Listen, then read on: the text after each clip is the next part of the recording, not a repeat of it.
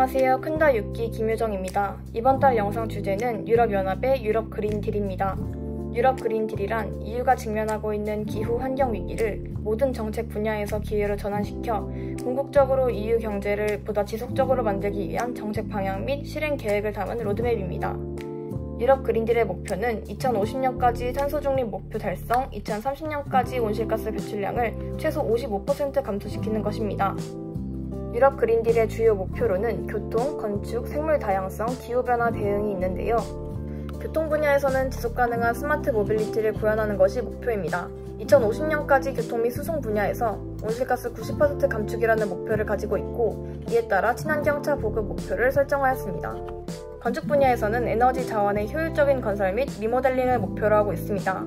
특히 경제적 취약계층에게 녹색 전환의 혜택이 돌아가도록 평등한 에너지 분배를 강조하고 있습니다. 생물 다양성 분야에서는 생태계, 생물 다양성의 보전 및 회복을 목적으로 하고 있습니다.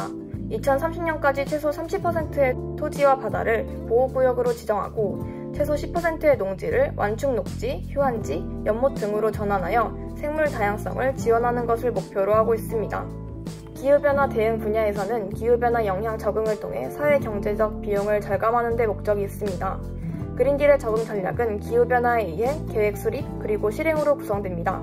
2014년 수립된 적응 전략을 고도화하여 기존의 그린딜 전략과의 시너지 창출을 유도하고 있습니다. 유럽 그린딜의 구체적인 내용에 대해서는 유진 큰다와 채은 큰다가 준비해 주었다고 하는데요. 그럼 지금 바로 보러 가실까요? EU의 그린딜의 세부 전략 중 하나인 Farm to Fork 전략을 소개해 드리겠습니다.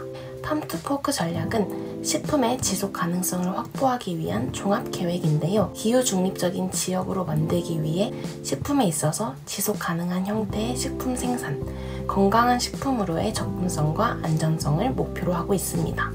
이러한 목표를 가진 Farm to Fork는 어떤 방향으로 나아가고 있을까요? 유럽연합은 이러한 전략을 통해 건강하고 지속 가능한 식품을 제공하고 기후변화에 대응하고자 합니다. 또 생물 다양성을 보존함과 동시에 유기농업의 증진을 추진하고 있습니다. 이번에는 유럽연합의 Farm to Fork 전략을 숫자로 알아볼까요?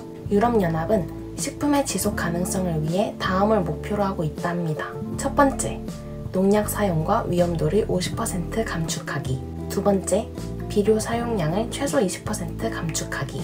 세 번째, 가축과 양식수산물 항생제 판매량을 50% 감축하기. 네 번째, 농경지의 25%까지 유기농업을 실시하며 유기농업 증진하기입니다. 이렇게 EU는 소비자, 생산자, 환경을 위한 식품 사슬을 구축하고자 합니다. 농약과 비료, 항생제의 판매와 사용, 관리를 규정 등으로 제한하며 친환경적인 형태의 식품 생산, 유기농업의 생산과 소비를 증진하는 계획을 마련했습니다. 식품 유통 과정에 있어서도 식품에 접촉하는 포장 재료에 대한 규제를 강화할 계획과 함께 식품을 소비하는 과정에서 전면 영양 표시를 의무화하는 등 여러 계획을 구축했습니다. 이처럼 EU의 그린딜 정책 중 Farm to Fork 전략은 식품의 지속 가능성에 중점을 두어 지속 가능한 형태의 생산과 건강한 식품에 대한 접근성 및 안정성 확보를 목표로 하고 있습니다. 이어서 유럽연합의 그린딜 도전 과제를 알려드리고 이에 대응하는 유럽연합의 접근 방식까지 소개해드리겠습니다. 지난 6월에 치러진 유럽의회 선거에서 우익 정당이 약진함에 따라 유럽연합 기후정책 둔화에 대한 우려가 증가하였는데요. 7월에 우르줄라 폰데어 라이엔 유럽연합 집행위원장이 5년 연임을 확정 지으면서 연설에서 2050년까지 유럽을 세계 최초의 탄소 중립 대륙으로 만들겠다는 그린딜의 목표에는 변화가 없다고 말씀하셨습니다. 따라서 그린딜의 진행 속도는 조절되더라도 계속 추진될 것으로 전망되는데요. 그린딜 달성을 위해서는 여러 도전 과제가 존재합니다. 지금부터 이에 대해 알려드리겠습니다. 첫 번째 도전 과제는 농업 부문입니다. 인플레이션으로 인한 경작비 급상승과 유럽연합의 각종 환경 규제 및 불공정한 유통 구조에 따른 농가 부채 증가 등을 이유로 유럽에서 농민 시위가 발생하였습니다. 또한 유럽연합 회원국의 농가에서 식량 생산 감소를 이유로 자연보건법에 대해 반대를 주장하였지만 발효되었는데요. 이와 같이 농민 시위는 정치적으로 영향을 끼칠 수 있습니다. 두 번째 도전 과제는 녹색 전환의 여파로 인한 실업 문제입니다.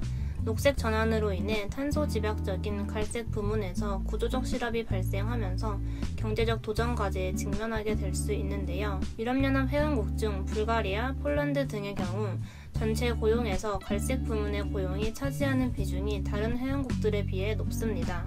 이와 같이 일자리의 집중도는 회원국 내 그리고 회원국 간에 상당한 편차가 존재하므로 녹색 전환으로 인해 어느 정도의 단기적인 구조적 실업이 발생할 가능성이 있습니다. 마지막 도전 과제는 앞서 말한 실업 문제와 연관이 있는데요.